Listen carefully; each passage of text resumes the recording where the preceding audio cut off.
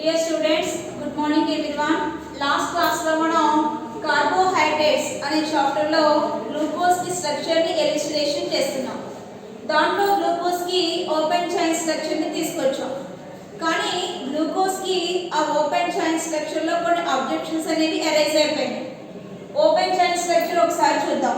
CHOH 4 times CH2OH. This is open chain structure of glucose. ఈ open chain structure లో కొన్ని objections వచ్చాయి. అంటే గ్లూకోజ్ ఇచ్చే అన్ని టెస్టుల్ని ఈ ఓపెన్ చైన్ స్ట్రక్చర్ అనేది ఎక్స్ప్లెయిన్ చేయలేకపోతుంది అన్నమాట. ఆ ఆబ్జెక్షన్స్ ఏంటో అబ్జర్వ్ చేద్దాం. Objections of open chain structure of glucose.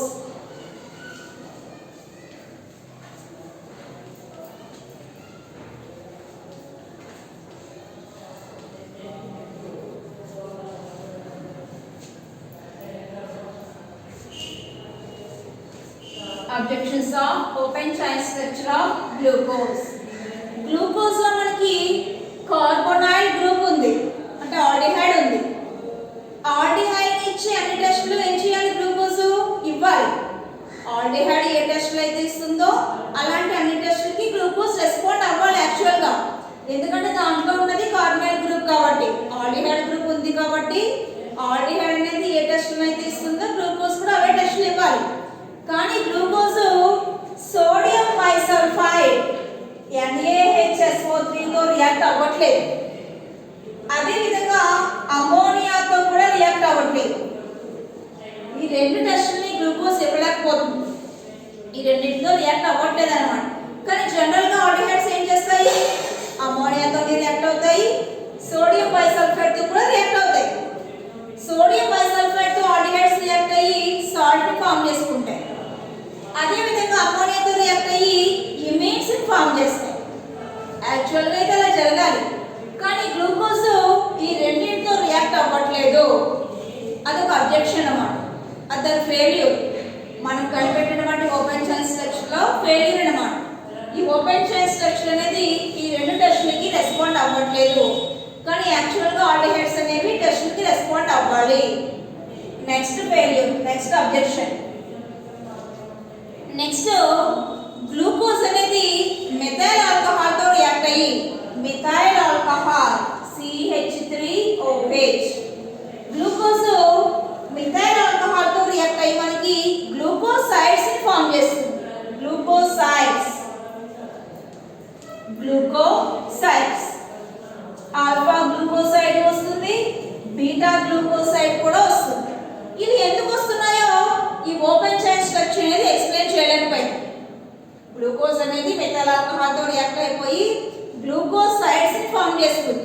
అది alpha glucoside, beta glucoside.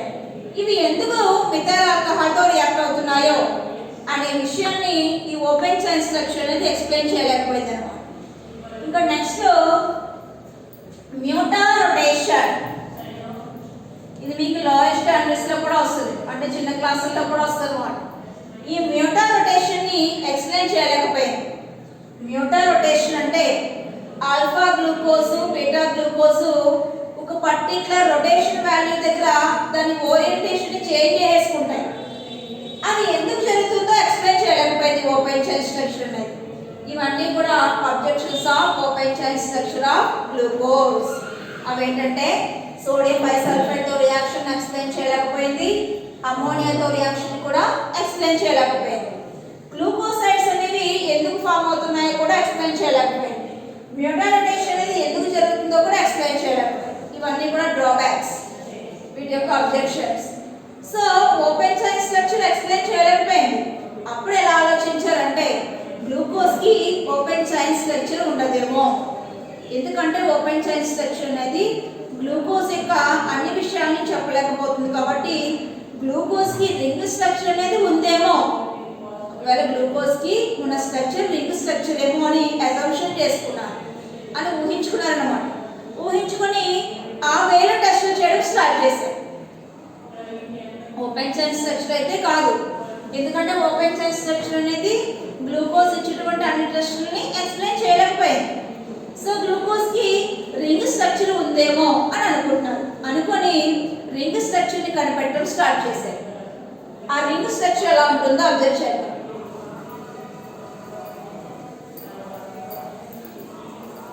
Next ring structure of glucose.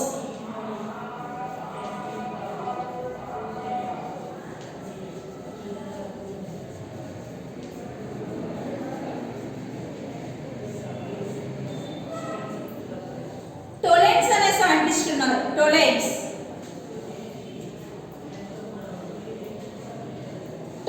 ఏమంటున్నారంటే గ్లూకోజ్ లో 6 కార్బన్స్ ఉన్నాయి. ఆ ఉన్నటువంటి 6 కార్బన్స్ లో ఫస్ట్ కార్బన్ కి ఫోర్త్ కార్బన్ కి బిట్వీన్ లో ఫస్ట్ కార్బన్ కి అంటే C1 అండ్ C4, ఈ ఫస్ట్ కార్బన్ కి ఫోర్త్ కార్బన్ కి బిట్వీన్ లో ఒక సైక్లిక్ రింగ్ అనేది ఉంటుంది అని చెప్తున్నారు. ఏ కార్బన్స్ కి ఫస్ట్ కార్బన్ కి ఫోర్త్ కార్బన్ కి అలాంటి టైప్ ఆఫ్ స్ట్రక్చర్ గ్లూకోజ్ కి ఎగ్జిస్ట్ అవుతుంది అంటున్నారు. సో స్ట్రక్చర్ వేద్దాం. 1 2 3 4 5 6, ఎందుకంటే గ్లూకోజ్ లో 6 కార్బన్స్ ఉన్నాయి కాబట్టి. ఎండింగ్ కార్బన్ వచ్చేసి CH2OH, లాస్ట్ కార్బన్ వచ్చేసి CH2OH. ఇంకా టోలెన్స్ ఏం చెప్పారు? C1 కార్బన్ కి C4 కార్బన్ కి బిట్వీన్ లో సైక్లిక్ రింగ్ వస్తుంది అన్నారు. సో ఈ కార్బన్ కి బిట్వీన్ లో ఒక రింగ్ అనేది వచ్చింది అన్నమాట.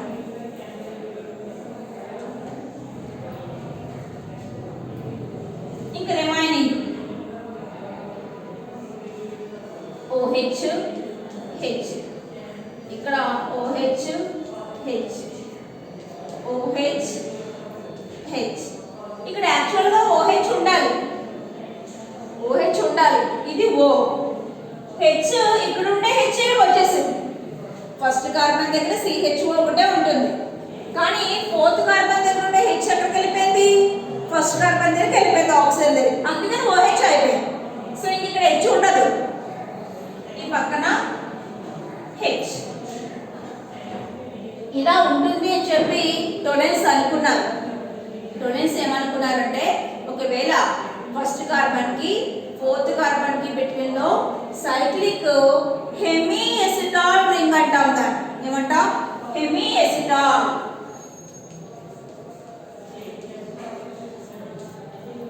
సైక్లిక్ హెమీ ఎసిటాల్ రింగ్ ఉందేమో అనుకున్నారు. కానీ ఈయన చెప్పినటువంటి రింగ్ స్ట్రక్చర్ ని కనుక మనం చూస్తే it is very very less stable. ఈయన ప్రపోజ్ చేయడం అంతే చేసేసారు. ఏమన్నారు అంటే గ్లూకోజ్ కి ఓపెన్ చైన్ స్ట్రక్చర్ అనేది ఖచ్చితంగా ఉండదు, రింగ్ స్ట్రక్చరే ఉండి తీరుతుంది. ఎందుకంటే ఓపెన్ చైన్ స్ట్రక్చర్ లో అబ్జెక్షన్స్ వచ్చేసాయి కాబట్టి. రింగ్ స్ట్రక్చర్ కూడా C1 కార్బన్ కి C4 కార్బన్ కి బిట్వీన్ లో ఒక సైక్లిక్ హెమీ ఎసిటాల్ రింగ్ అనేది ఉంటుందేమో అంటున్నారు. అలా అనుకుని ఈ స్ట్రక్చర్ ని అజంప్షన్ చేయడం జరిగింది, ఇవ్వడం జరిగింది. కానీ చెప్పినటువంటి స్ట్రక్చర్ ఎలాంటి స్ట్రక్చర్? Less stable. ఇది స్టేబుల్ గా ఉండదు, వెంటనే వేరే రూపంలోకి మారిపోతున్నారు.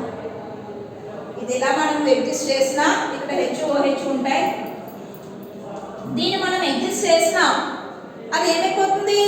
దానికి స్టెబిలిటీ లేకపోవడం వల్ల వేరే రూపంలోకి వెళ్ళిపోతుంది. అంటే ఇప్పుడు గ్లూకోజ్ కి టోలెన్స్ చెప్పినటువంటి రింగ్ స్ట్రక్చర్ అనేది ఉండదు.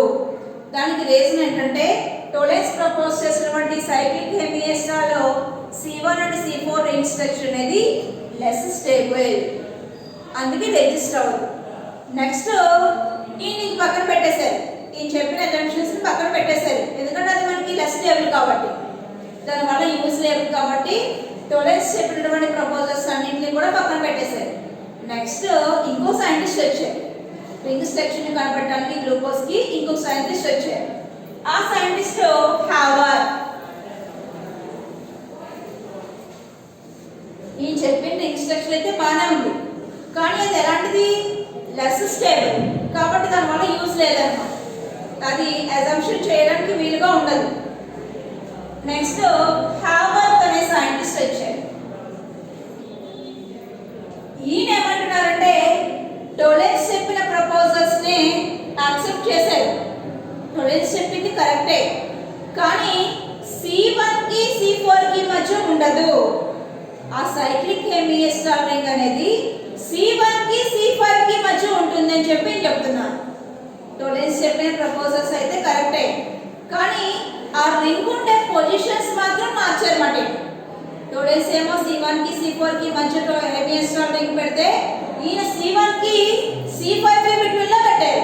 ఈయన ప్రపోజ్ చేసినటువంటి రింగ్ స్ట్రక్చర్ లో 1 2 3 4 5 6 ఎండింగ్ కార్బన్ దగ్గర ఉంటారు CH2OH 1 2 3 4 5.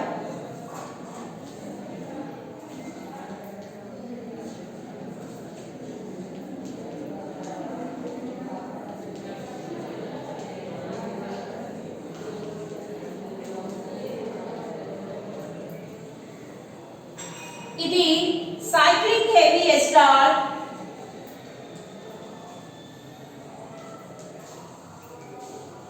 Six member ring.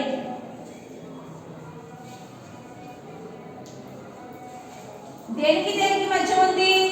C1 and C5. ఇది హావర్త్ చెప్పినటువంటి స్ట్రక్చర్ అన్నమాట, స్ట్రక్చర్. ఇది స్టేబుల్ గా ఉంటుంది. కానీ టోలెన్స్ చెప్పినటువంటి రింగ్ స్ట్రక్చర్ అనేది లెస్ స్టేబుల్, కాబట్టి దాన్ని కన్సిడర్ చేయట్లేదు.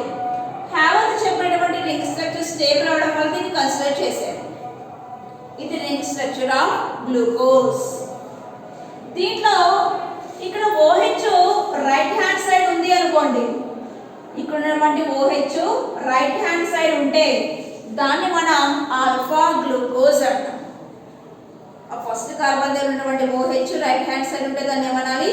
ఆల్ఫా గ్లూకోజ్ అనాలి. So this is alpha glucose. అదే OH లెఫ్ట్ హ్యాండ్ సైడ్ ఉంది అనుకోండి, అంటే దాని ఓరియంటేషన్ చేంజ్ అయింది అనుకోండి, దాన్ని బీటా గ్లూకోజ్ అంటాం. సో బీటా గ్లూకోజ్ ఈజ్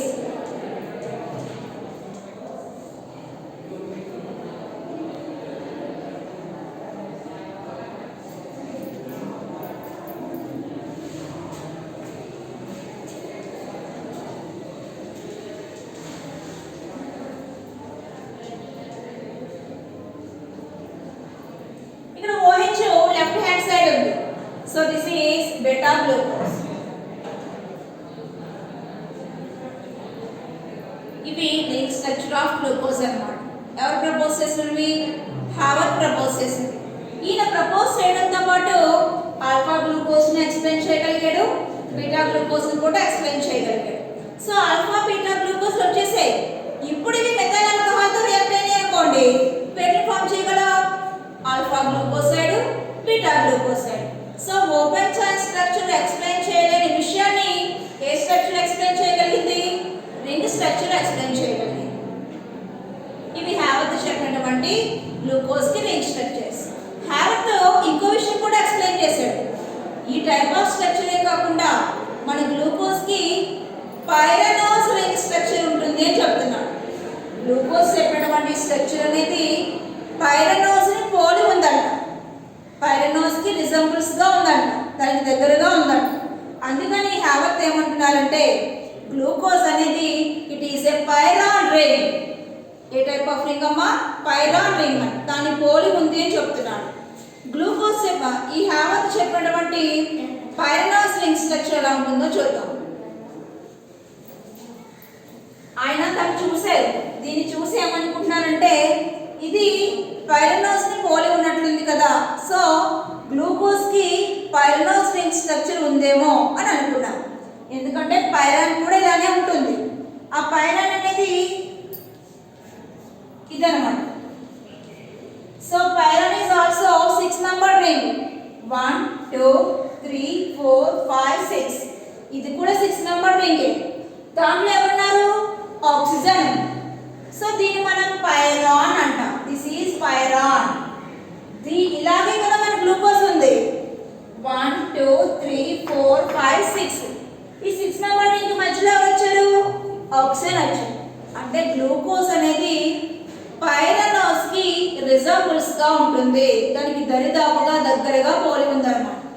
అందుకని హావర్త్ మళ్ళా ఏం చెప్పారంటే గ్లూకోజ్ అనేది పైరనోస్ లింక్ స్ట్రక్చర్ లా ఉంటుంది, మనం దాన్ని ఆ విధంగా కూడా రాసుకోవచ్చు అని ఎక్స్ప్లెయిన్ చేశారు.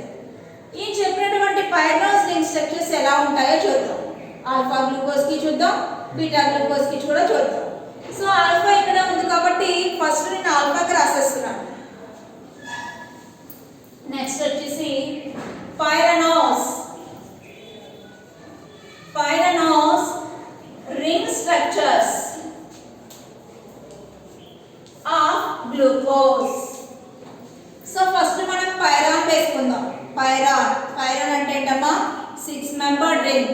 దానికి అటాచ్ అయ్యి ఎవరు ఉండాలి? ఆక్సిజన్ ఉండాలి. దాన్ని మనం ఏమంటాం? పైరాన్ అంటాం. అంటే బెంజీన్ కి మధ్యలో ఆక్సిజన్ ఉండాలి, అదే పైరాన్ అన్నమాట. సో పైరాన్ వేసినాను. This is pyran. మనం ఓ దగ్గర నుంచి స్టార్ట్ అవుతాం. మన గ్లూకోజ్ లో కూడా ఉన్నారు ఆక్సిజన్ ఉంది. జాగ్రత్తగా వినండి. ఆక్సిజన్ అటాచ్ అయ్యి కార్బన్. సో ఆక్సిజన్ దానికి అటాచ్ అయ్యి కార్బన్.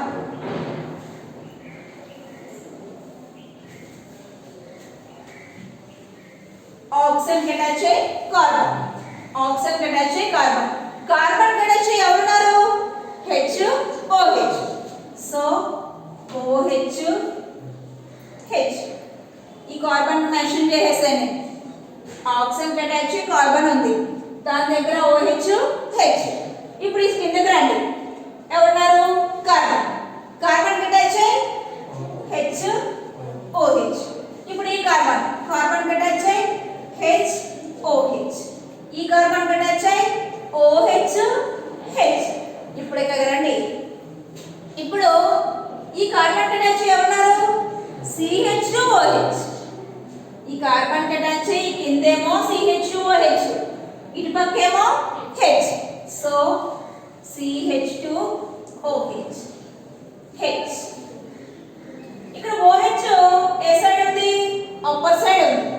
దీన్ని మనం alpha గ్లూకో A type of ring ఇది?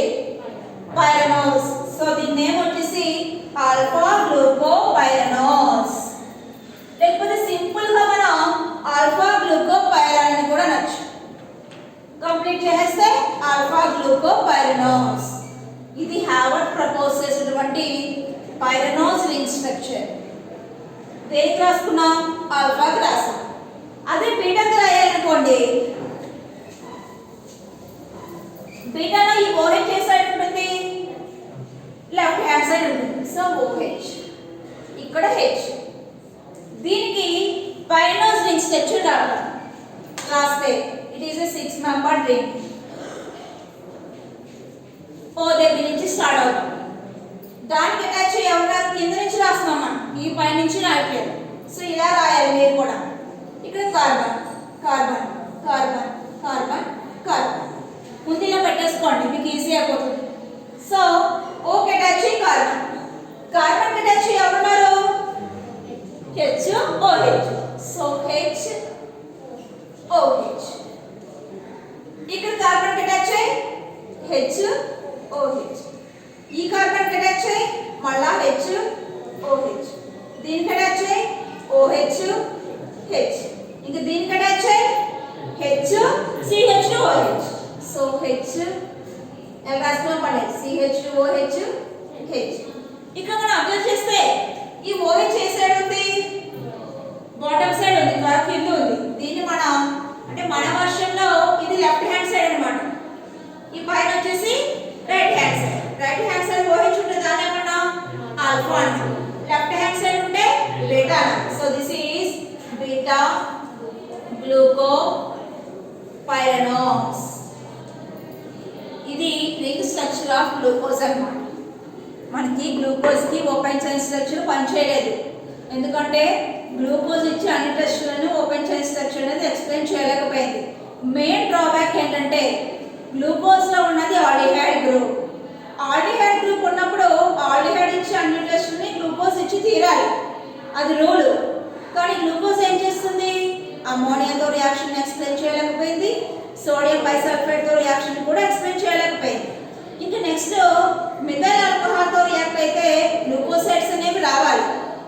అది ఆల్ఫా గ్లూకోజ్ తీసుకుంటే ఆల్ఫా గ్లూకోసైడ్ రావాలి, బీటా తీసుకుంటే బీటా గ్లూకోసైడ్ రావాలి. కానీ అవి ఎందుకు వస్తున్నాయో ఎక్స్ప్లెయిన్ చేయలేకపోయింది, వాటి ఫార్మేషన్ ఎక్స్ప్లెయిన్ చేయలేకపోయింది. తర్వాత మీటర్ రొటేషన్ యొక్క స్పెసిఫిక్ రొటేషన్ విలువ ఉంది, దాన్ని కూడా ఎక్స్ప్లెయిన్ చేయలేకపోయింది. సో గ్లూకోజ్కి ఓపెన్ చైన్ స్ట్రక్చర్ అనేది ఉండదు.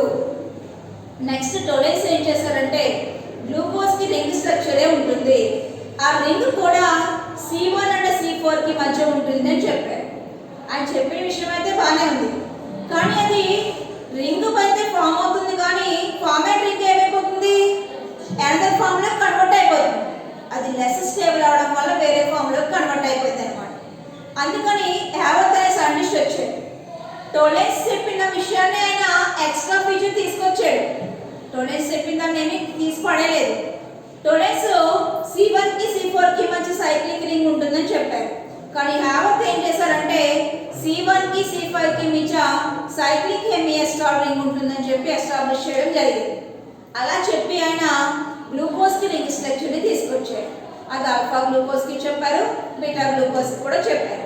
ఇంకా ఆయన ఏమంటున్నారంటే గ్లూకోజ్ అనేది it is a పైరాన్ ring, it is resembles to పైరాన్ ring, అంటే పైరాన్ రింగ్ ని పోలి ఉంది అని చెప్పారు. అలా ఎక్స్ప్లెయిన్ చేసి ఆల్ఫా గ్లూకోపైరాన్స్ కి రింగ్ స్ట్రక్చర్ తీసుకొచ్చారు, బీటా గ్లూకోపైరాన్స్ కూడా రింగ్ స్ట్రక్చర్ తీసుకొచ్చారు.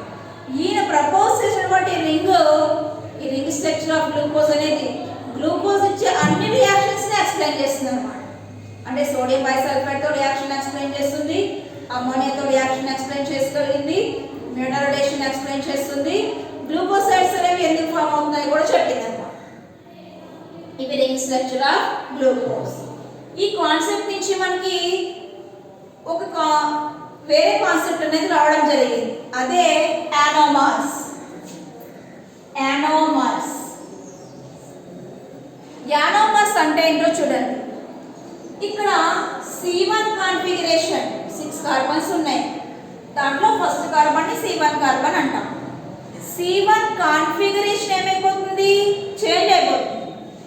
OH రైట్ హ్యాండ్ సైడ్ ఉంటే ఆల్ఫా అంటాం, అదే OH లెఫ్ట్ హ్యాండ్ సైడ్ ఉంటే బీటా అంటాం. అంటే C1 దగ్గర కాన్ఫిగరేషన్ చేంజ్ అయిపోతుంది. అలా చేంజ్ అయిపోవడాన్ని మనం ఆ ఫార్మ్స్ నే, ఈ ఆల్ఫా ఫామ్ బీటా ఫామ్ నే యానోమర్స్ అంటాం. ఏ కార్బన్ దగ్గర అయితే కాన్ఫిగరేషన్ చేంజ్ అవుతుందో ఆ పర్టిక్యులర్ కార్బన్ ని యానోమెరిక్ కార్బన్ అంటారు. అంటే ఇప్పుడు గ్లూకోజ్ లో యానోమెరిక్ కార్బన్ ఏ carbon, first carbon. C1 carbon ని మనం ఏమంటాం, యానోమెరిక్ కార్బన్ అంటాం. ఈ ఆల్ఫా గ్లూకోజ్ బీటా గ్లూకోజ్ ఏమంటారు, యానోమెరిక్ కార్బన్స్ అంటాం. ఓకేనా? ఇదనే కాదు, ఏ కాంపౌండ్ అయినా మనం అబ్జర్వ్ చేసాం అనుకోండి, దాంట్లో C1 కార్బన్ దగ్గర కనుక కాన్ఫిగరేషన్ చేంజ్ అవుతుంటే ఆ C1 కార్బన్ ని మనం ఏమనాలి, యానోమెరిక్ కార్బన్ అనాలి. ఆ ఫామ్ అయ్యే ఫార్మ్స్ ఏమనొచ్చు, anomeric forms, that is alpha glucose and beta glucose. ఇక్కడతో రింగ్ స్ట్రక్చర్ ఆఫ్ గ్లూకోజ్ అనేది మనకి కంప్లీట్ అయిపోయింది. గ్లూకోజ్ గురించి మొత్తం కంప్లీట్ అయిపోయింది అనమాట. నెక్స్ట్ మనకి సిలబస్ లో ఉన్నటువంటి మోనోసాకరైడ్ కి ఎగ్జాంపుల్ ఫ్రక్టోజ్. గ్లూకోజ్ తర్వాత మనకి ఎగ్జాంపుల్ లో ఉన్నది ఎవరు, ఫ్రక్టోజ్. ఈ ఫ్రక్టోజ్ ని ఎలా ప్రిపేర్ చేస్తారు, దానికి స్ట్రక్చర్ అనేది ఎలా ఉంటుంది అనే విషయం చూడాలి.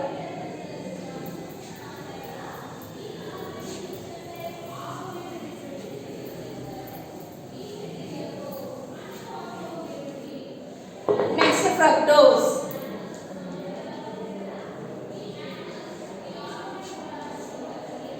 దీని ఫార్ములా కూడా సేమ్ గ్లూకోజ్ లానే ఉంటుంది. ఫార్ములా వచ్చేసి C6H12O6. C6H12O6. ఈ ఫ్రక్టోజ్ ని మనం లెవలోజ్ అంటాం. దీని నేమ్ వచ్చేసి లెవలోజ్.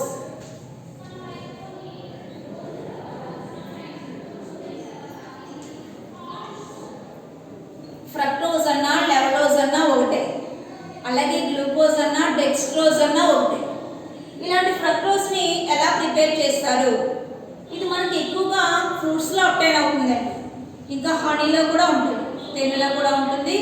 ఫ్రూట్స్ లో గ్లూకోజ్ తో పాటు కలిపి ఉంటుంది, సెపరేట్ గా మాత్రం మనకు ఉండదు. గ్లూకోజ్ తో పాటు కలిపేమో ఫ్రూట్స్ నుంచి ఏర్పడి అవుతుంది, దొరుకుతుంది. ఇంకా మనకి సెపరేట్గా మనకి కావాలి అనుకుంటే కనుక హనీలో ఉంటుంది, తేనెలో ఉంటుంది. ఇలాంటి ఫ్రక్టోజ్ని ఎలా ప్రిపేర్ చేయొచ్చు, ఆ ప్రిపరేషన్ మెథడ్ అబ్జర్వ్ చేద్దాం. Preparation of fructose. మనం ఫ్రక్టోజ్ని సుక్రోజ్ నుంచి ప్రిపేర్ చేస్తాం. సుక్రోజ్ అంటే first preparation method from sucrose. Sucrose అంటే ఫార్ములా C12H22O11. దీన్ని మనం సుక్రోజ్ అంటాం. సుక్రోజ్ని జస్ట్ హైడ్రాలిసిస్ చేస్తే చాలు అన్నమాట. అంటే సుక్రోజ్కి వాటర్ యాడ్ చేస్తే చాలు. In the presence of acidic medium, compulsory acidic మీడియంలోనే చేయాలి. మనకి హైడ్రాలిసిస్ అనేది 2 మీడియంస్లో అవైలబుల్గా ఉంటుంది అనమాట. హైడ్రాలిసిస్ అనేది ఎసిడిక్ మీడియంలోనే చేయొచ్చు, బేసిక్ మీడియంలో కూడా చేయొచ్చు. కానీ ఇక్కడ మనం ఏ మీడియంలో చేస్తున్నాం? ఎసిడిక్ మీడియం ప్రెజెన్స్లో మాత్రమే చేస్తున్నాం. సో సుక్రోజ్ ఆన్ హైడ్రాలిసిస్ అంటే వాటర్ యాడ్ చేశాం, తీసుకున్నది సుక్రోజ్, హైడ్రాలిసిస్ చేయండి. చేస్తే in the presence of acid నాకు 2 కాంపౌండ్స్ ఫామ్ అయ్యాయి. C6H12O6 plus C6H12O6. This is fructose. ఇది ఫ్రక్టోజ్ ప్రిపరేషన్. సుక్రోజ్ నుంచి ప్రిపేర్ చేసుకున్నాం. సుక్రోజ్ ఏం చేస్తే వచ్చిందమ్మా? హైడ్రాలిసిస్ చేస్తే వచ్చింది. ఇలాంటి ఫ్రక్టోజ్కి స్ట్రక్చర్ అనేది ఎలా ఉంటుంది, ఆ స్ట్రక్చర్ని ఎలా ఎలిస్ట్రేషన్ చేస్తాము అనే విషయం నెక్స్ట్ క్లాస్లో చూద్దాం. ఓకే.